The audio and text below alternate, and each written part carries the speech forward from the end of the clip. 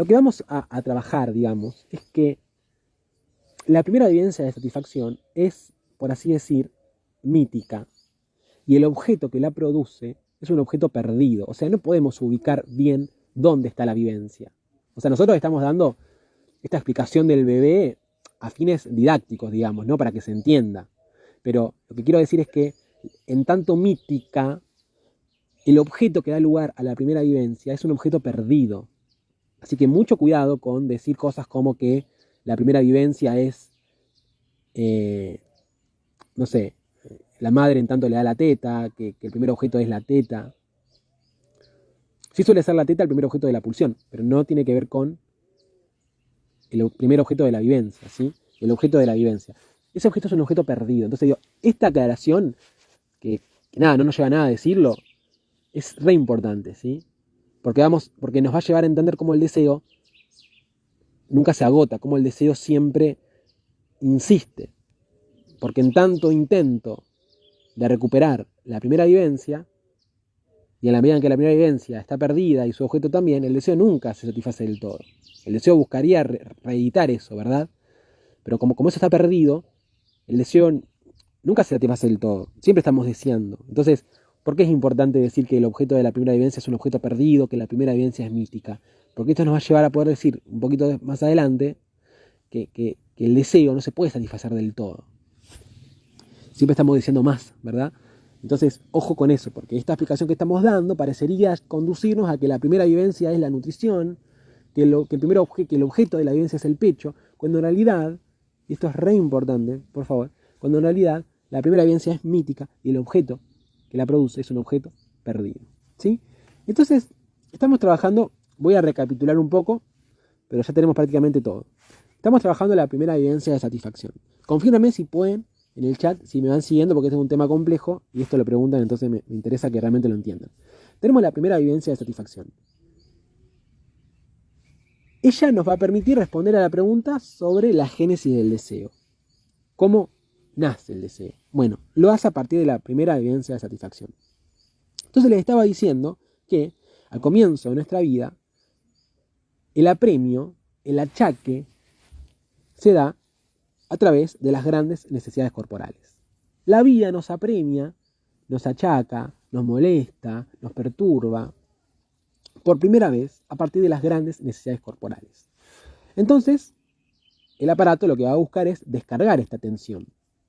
Respecto del bebé, podemos pensar en el hambre, en la necesidad de nutrirse, como una gran necesidad corporal, y en el llanto como un intento de descargar esto. Pero claro, como esta necesidad es interna, el llanto no sirve de nada, sigue teniendo hambre. Cuando cambia algo, cuando se da el cuidado ajeno, cuando la madre lo alimenta. Y acá podemos empezar a pensar la primera vivencia de satisfacción, que cancela el estímulo interno. Entonces lo que yo les decía, hacía un paréntesis muy importante, es que si bien esto parecería llevarnos a postular que la primera vivencia de satisfacción tiene que ver con el alimento que la madre da, la respuesta es en verdad que la primera vivencia es mítica y que el objeto que la produce está perdido, ¿sí? Así que nada de homologarlo al objeto de la primera vivencia, al pecho o al acto del amamantamiento, porque sería conceptualmente erróneo, ¿sí? Retengan eso. La primera vivencia es mítica, el objeto que la produce está perdido. Entonces, ¿qué pasa cuando sobreviene la primera vivencia de satisfacción? No importa cuál es la primera vivencia, eso ya está, ya digamos, no importa que está perdida, no importa. La primera vivencia se produce. Después podemos discutir dónde está, etc. La primera vivencia se produce. La pregunta es, ¿qué ocurre una vez que se produce la primera vivencia? Si ya salgamos de la discusión sobre... de la discusión sobre si es mítica, no lo es, está perdido el objeto, no lo está, etc. Que bueno, es mítica y está perdido. ¿Qué pasa una vez que se da la primera vivencia? Bueno, cuando se da y esto es re importante porque nos va a llevar a la génesis del deseo. O sea, si bien adelantamos que la primera vivencia da lugar al deseo, aún no explicamos cómo. Ahora vamos a ir con eso, es re importante. Esto no puede estar por fuera de la respuesta a la pregunta. ¿Qué ocurre una vez que se da la primera vivencia? Una vez que se da la primera vivencia de satisfacción, aparece una percepción. ¿Qué percepción? La de satisfacción. Es medio redundante, pero es así. Se da la primera vivencia de satisfacción y entonces aparece una percepción, la de satisfacción. El bebé siente satisfacción. No importa cuál es la primera vivencia, no importa qué objeto la produce, eso no lo podemos situar. Lo que importa acá es que una vez que se da la primera vivencia de satisfacción,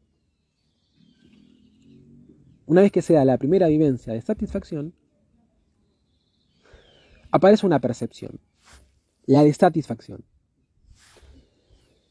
Esta percepción de satisfacción, ¿sí?, queda asociada a la necesidad previa. Hay una necesidad, apareció la satisfacción. Esta satisfacción, esta percepción de satisfacción, queda asociada a la necesidad previa. Entonces, toda vez que la necesidad reaparezca, porque eventualmente la necesidad va a reaparecer, ustedes saben que cuando comen se sacian, pero después de un par de horas vuelven a tener hambre, por ejemplo, ¿digo? Toda vez que la necesidad reaparezca, se va a suscitar una emoción que intenta reproducir la primera vivencia. ¿Cuál es esta emoción? El deseo. El deseo. ¿Sí? Lo voy a repetir. Pero fíjense cómo acabamos de responder a la pregunta por la génesis del deseo. Tenemos la primera vivencia de satisfacción. Ya aclaré que es mítica, que el objeto que la produce está perdido. Tenemos la primera vivencia de satisfacción. Después de la primera vivencia de satisfacción, lo que aparece, ya lo decía, es una percepción.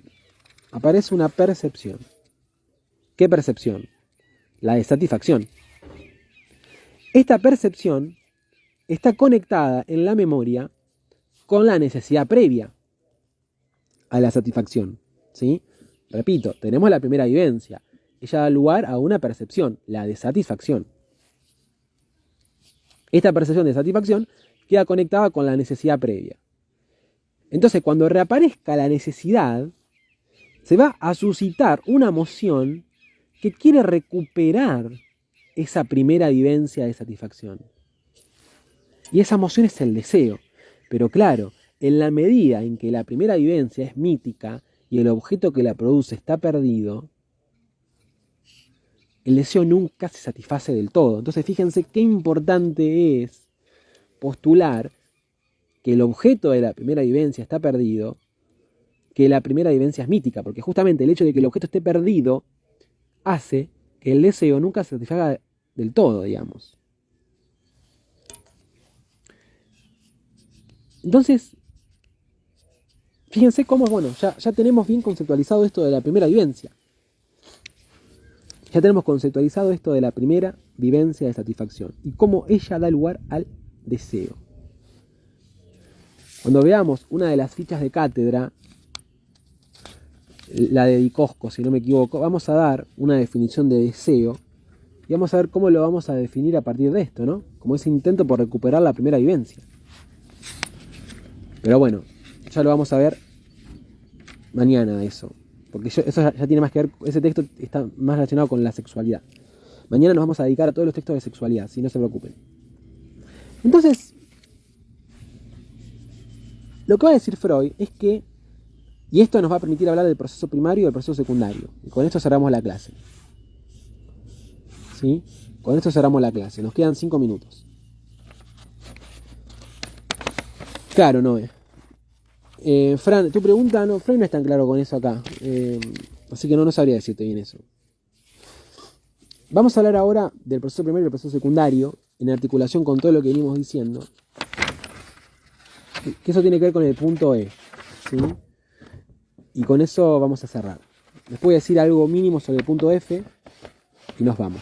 5 o 10 minutos y terminamos. Les voy a pedir ahora que ustedes vayan al chat de WhatsApp y vean la última foto que yo pasé ayer. Vieron que yo ayer pasé 3 fotos, 3 imágenes pasé. Pasé la imagen del aparato psíquico, pasé el cuadro que diferencia inconsciente, preconsciente y conciencia, que hoy les dije que es re importante. Y ahora quiero que vean, por favor, la última imagen que les pasé, que habla del proceso primario y del proceso secundario. ¿Sí? Ya estamos en el punto E, ¿sí? Ya estamos en el punto E. Quiero que por favor sigan lo que voy a decir ahora, que es un ratito, son 10 minutos y terminamos. A partir de esa imagen que les pasé en el chat de WhatsApp y que va a estar en el resumen, no se preocupen. Pero quiero que por favor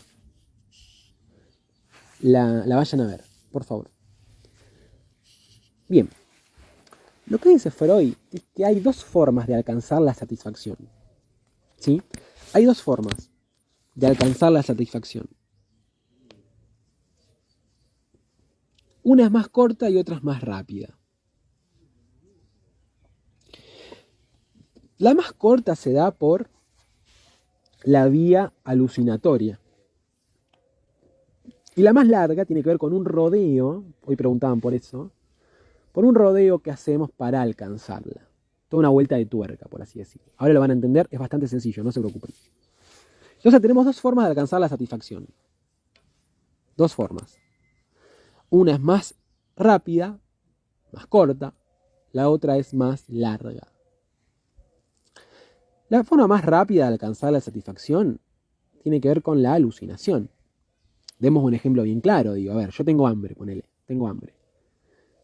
Bueno, una forma rápida de, entre comillas, alcanzar la satisfacción sería alucinar la comida, porque ella de repente se presenta ante mí. Entonces, la forma más rápida de alcanzar la satisfacción sería la alucinatoria.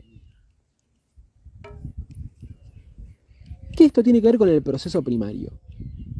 ¿Sí? Tiene que ver con el proceso primario. Vayan al cuadro, por favor. Vayan al cuadro. El proceso primario es el primero en aparecer. ¿Sí? No solo en nuestro desarrollo individual, sino incluso en la evolución de la especie. El proceso primario es el... Esto, chicos, esto lo van a preguntar. A ver, diferencia en proceso primario y secundario. Por favor, presten atención. El proceso primario es el primero en aparecer. No solo en nuestro desarrollo individual, sino en la evolución de la especie. Y lo que pone en juego es, si se fijan en el cuadro, una identidad de percepción. Que la identidad de percepción, entiendo que es un concepto que confunde, pero es muy sencillo. Apunta a la alucinación. Porque a ver, ¿qué pasa cuando yo alucino algo? Imagínense que yo alucino un plato de fideos con salsa. Bueno, hay una identidad de percepción. Perceptivamente ese plato es igual a lo que sería el plato verdadero. Mi vieja me cocina fideos con salsa.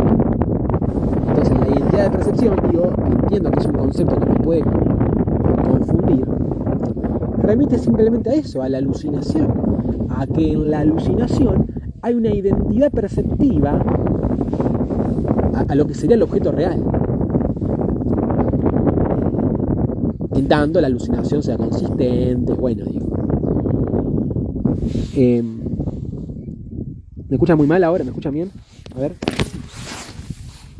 Sí, hay viento, es verdad. ¿Me escuchan mejor? Díganme ahí si se escucha, a ver.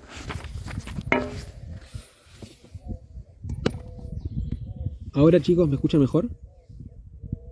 Confírmenme, porfa, si se escucha bien. Bien, bueno, recapitulemos un poquito. Estamos trabajando proceso primario y proceso secundario. ¿Sí? Que aclaraba es re importante. Les decía que el proceso primario es el primero. ¿Sí? ¿Sí? El proceso primario es el primero y el más importante. El proceso primario es el primero y el más importante. Y pone en juego la alucinación. Que una forma difícil de aludir a esta alucinación propia del proceso primario es hablar de una identidad de percepción. Yo les decía que si yo alucino un plato de comida, hay una identidad de percepción entre ese plato de comida alucinado y el que sería el real. Entonces, yo les advertía acá cuando tuvimos el problema con el viento, les advertía que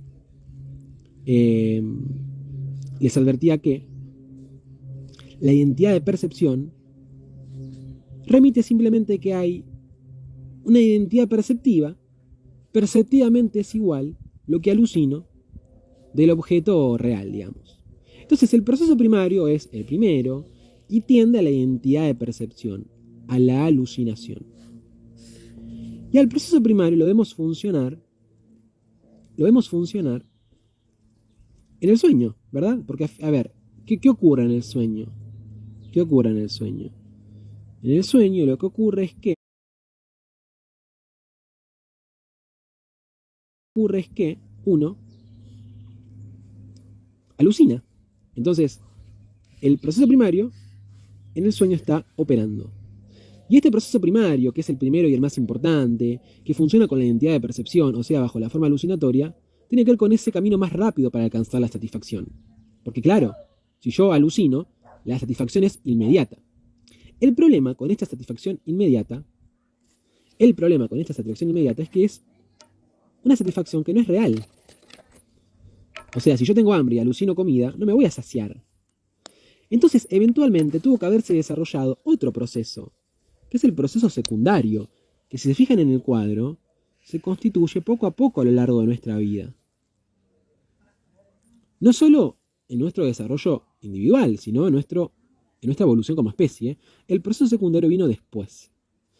Y no funciona con la identidad de percepción, sino que funciona, si se fijan en el cuadro, con la identidad de pensamiento. ¿Qué quiere decir esto? En el sentido de que con el proceso secundario, nosotros recurrimos a nuestro pensamiento para transformar el mundo y alcanzar en él la satisfacción. Y esto implica un necesario rodeo, un rodeo a la satisfacción. ¿Qué quiere decir esto? A ver, el proceso primario intenta ir directamente hacia la satisfacción. ¿Sí?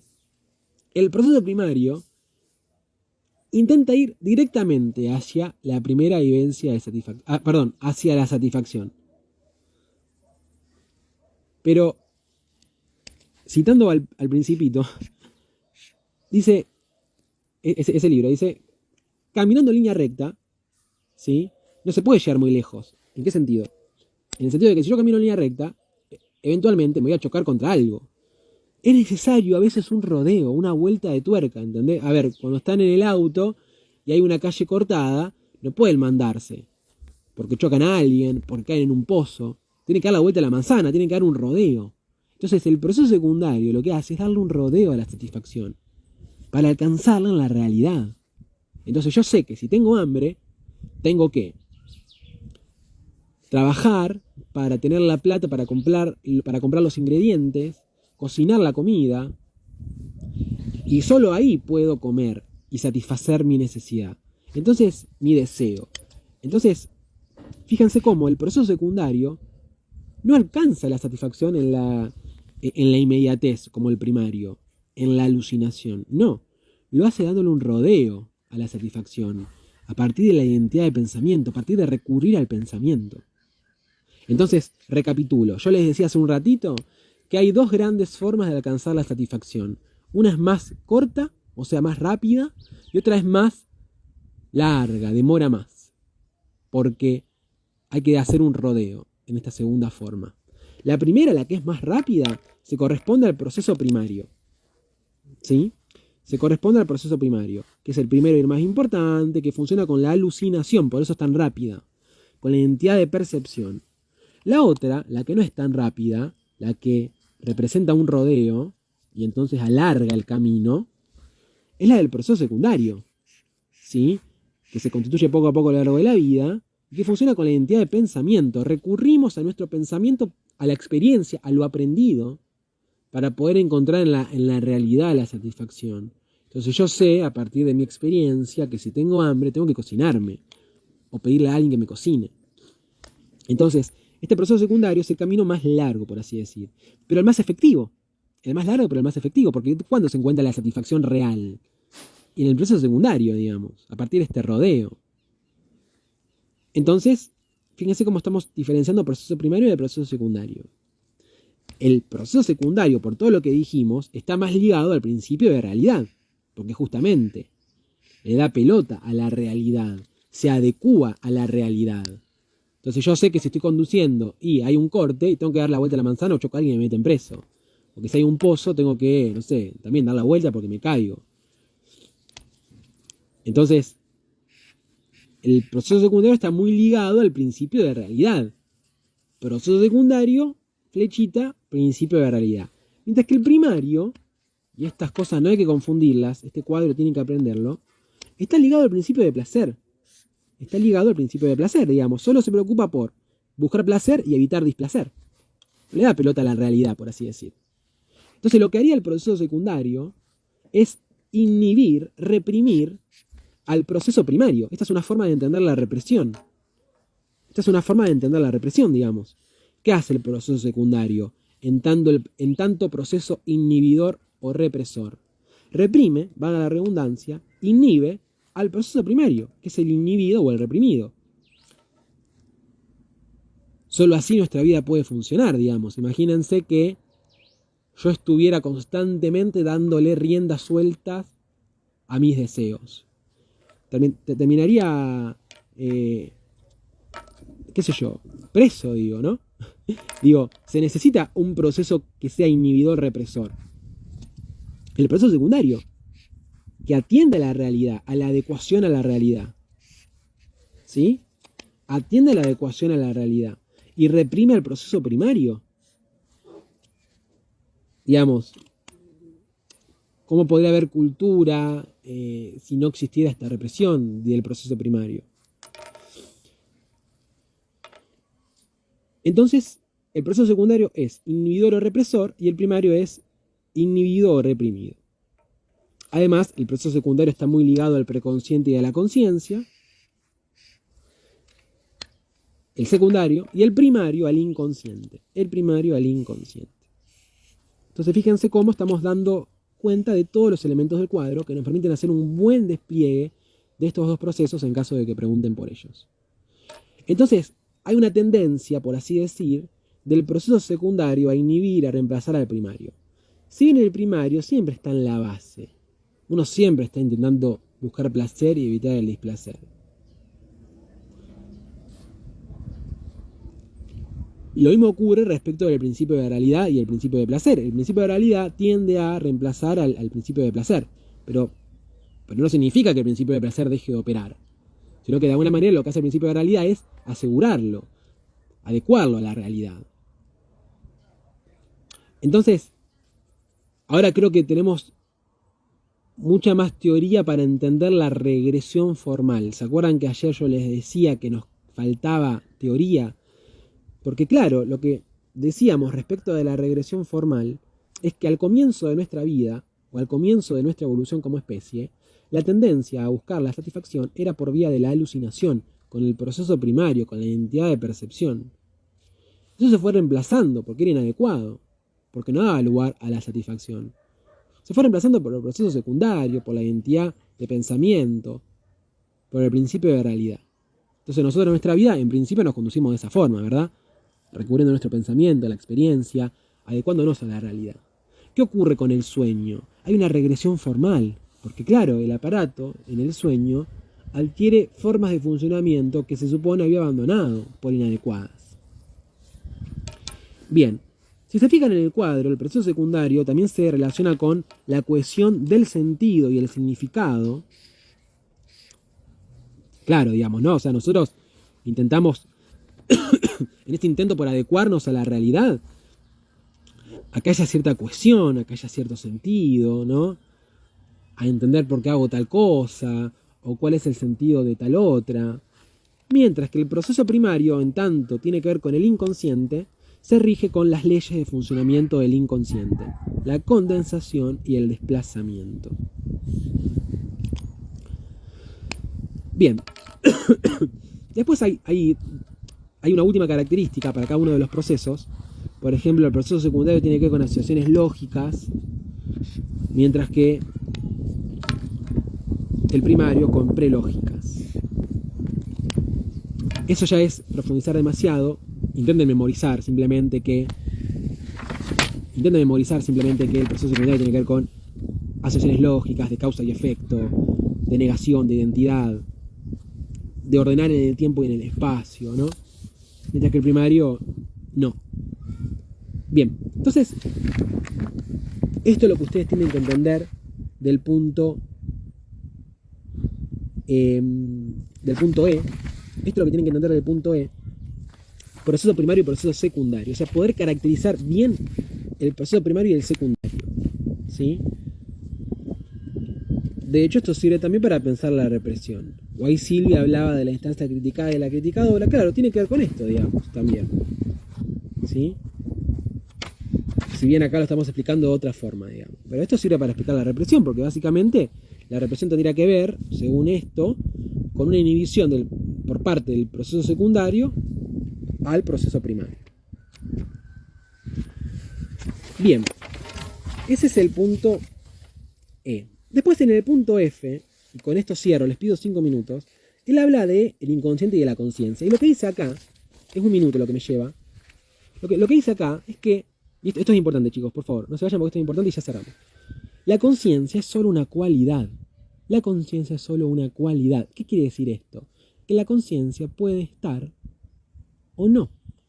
Antes de Freud, y esto ya lo saben por lo que vimos para el primer parcial, antes de Freud, en la filosofía se hacía una equivalencia entre el psiquismo y la conciencia. El psiquismo era igual a la conciencia, se reducía a la conciencia. Lo que nos muestra Freud, y esto ya lo vimos para el primer parcial, es que el psiquismo no se reduce a la conciencia, que una dimensión inconsciente mucho más profunda e importante. Entonces la conciencia es solo una cualidad. Puede estar como no. Antes la conciencia era algo necesario antes de Freud. El psiquismo era la conciencia. Ahora, a partir de Freud, no. Porque el psiquismo es más profundo. El sujeto está en todo caso descentrado a lo largo y ancho de su inconsciente. Que si ustedes van, y con esto cierro, a la ficha de cátedra de Gentile, que yo les voy a pasar la ficha de cátedra en el resumen, la no equivalencia entre el psiquismo y la conciencia, todas las reflexiones que hace ese texto tienen que ver con esto, digamos, ¿no? Con cómo en el psicoanálisis no hay una equivalencia entre el psiquismo y la conciencia. Por eso el título, la no equivalencia entre el psiquismo y la conciencia, digamos. A diferencia de la filosofía y la psicología anterior, en Freud y en el psicoanálisis no hay una equivalencia entre el psiquismo y la conciencia. La conciencia es solo una cualidad, puede estar como puede no estar, porque hay una dimensión más profunda e importante que es el inconsciente. De hecho, esos cuadros que yo les pasé, que diferencian inconsciente, preconsciente y conciencia, o que diferencian proceso primario y secundario, están sacados de este texto de Gentile, por eso los van a ver en la ficha de cátedra de Gentile cuando les pase el resumen, ¿sí? Yo les voy a pasar el resumen de lo que queda de la interpretación de los sueños, del punto... Yo ya les pasé el resumen del punto B, ¿sí? Hoy, más tarde, porque tengo que ir a la compu, les voy a pasar el resumen del punto C, del punto E, del punto F, y además les voy a pasar el resumen del texto de Gentile, la no equivalencia entre el psiquismo y la conciencia. Que acá se reflexiona justamente sobre eso, que no hay una equivalencia entre el psiquismo y la conciencia, que el inconsciente es el sistema más importante, el gran descubrimiento de Freud. Habla de estos dos grandes caminos para encontrar la satisfacción, el que es más rápido a partir del proceso primario y el que es más lento con el secundario. Habla también de la primera vivencia, caracteriza al deseo, ¿no? Como ese intento, como ese empuje por recuperar el objeto perdido, ¿no? Acá ya aparece una definición de deseo que con el texto de Dicosco la vamos a volver a traer, ¿no? Este empuje que apunta a recuperar el objeto perdido, pero claro, en la medida en que el objeto de la primera vivencia de satisfacción es un objeto perdido, el deseo nunca se satisface del todo, ¿sí? Y acá también están los cuadritos que yo les traía, ¿sí? Por eso van a ver que la ficha de cátedra, si bien están geniales, hay que decirlo, son bastante repetitivas en el sentido de que trabajan cosas que ya se ven en los textos de Freud, digamos, ¿sí? Alguien me preguntaba si las fichas de cátedras eran importantes. Y qué sé yo, digamos, son importantes en el sentido de que terminan por dar una vuelta de tuerca a los textos de Freud. Pero bueno, yo se las voy a pasar. Por ejemplo, hoy ya les paso. El punto B ya lo tienen, de la interpretación de los sueños. Sí, el capítulo 7 ya lo tienen. El punto B, quiero decir. Hoy les paso a la tarde, porque tengo que ir a la compu. Yo estoy de viaje y les había dicho. Cuando pueda ir a la compu les voy a pasar el punto C, el punto E y el punto F. Y la ficha de cátedra de Gentile, la no equivalencia entre el psiquismo y la conciencia, que es ahí donde aparecen los cuadritos que les pasé. y donde se habla un poco del deseo, de la primera vivencia, digamos. Es bastante repetitivo respecto de lo que ya expliqué. ¿Por qué? Y porque trabaja los efectos de Freud, así que tiene sentido que sea repetitivo. ¿Sí? Así que bueno, para cerrar y ya se van. Ya tienen el capítulo, ya tienen el resumen del punto B. Si alguien no lo tiene, que ahí ya se me estaba preguntando, me manda un mensaje a mi WhatsApp y se lo paso, no hay problema. Si no lo tienen, me lo piden. El punto B, que ya lo compartí, si no lo tienen, me lo piden. Y hoy les paso el punto C, el punto E y el punto F y la ficha de cátedra de Gentile. Mañana, en 2 encuentros, que después les confirmo el horario, mañana en 2 encuentros vamos a trabajar todo el día con sexualidad. Conferencia 20, 3 ensayos y las fichas de cátedra de Dicosco, la cábala de la pulsión, que no me acuerdo ya de quién era, creo que era de Fraseto, no estoy seguro. Pero bueno, no se lo que vamos a trabajarlo. Ya mañana vamos con sexualidad. Bueno, gente, espero que tengan lindo día, lindo domingo. De vuelta, feliz día a todas las mamás que estén en el vivo. Los felicito de vuelta por sumarse un domingo. Así que nada, mañana vamos a continuar. Después les confirmo el horario, porque la verdad que no lo sé, tengo que organizarme. Porque mañana me vuelvo a Rosario. Entonces, bueno, tengo un par de horas de viaje, así que tengo que hacer la clase cuando ya esté en casa, ¿viste? Así que yo después les confirmo el horario, probablemente no sea a la mañana. Yo después se los confirmo. Bueno, gente, les mando un abrazo. Cuídense.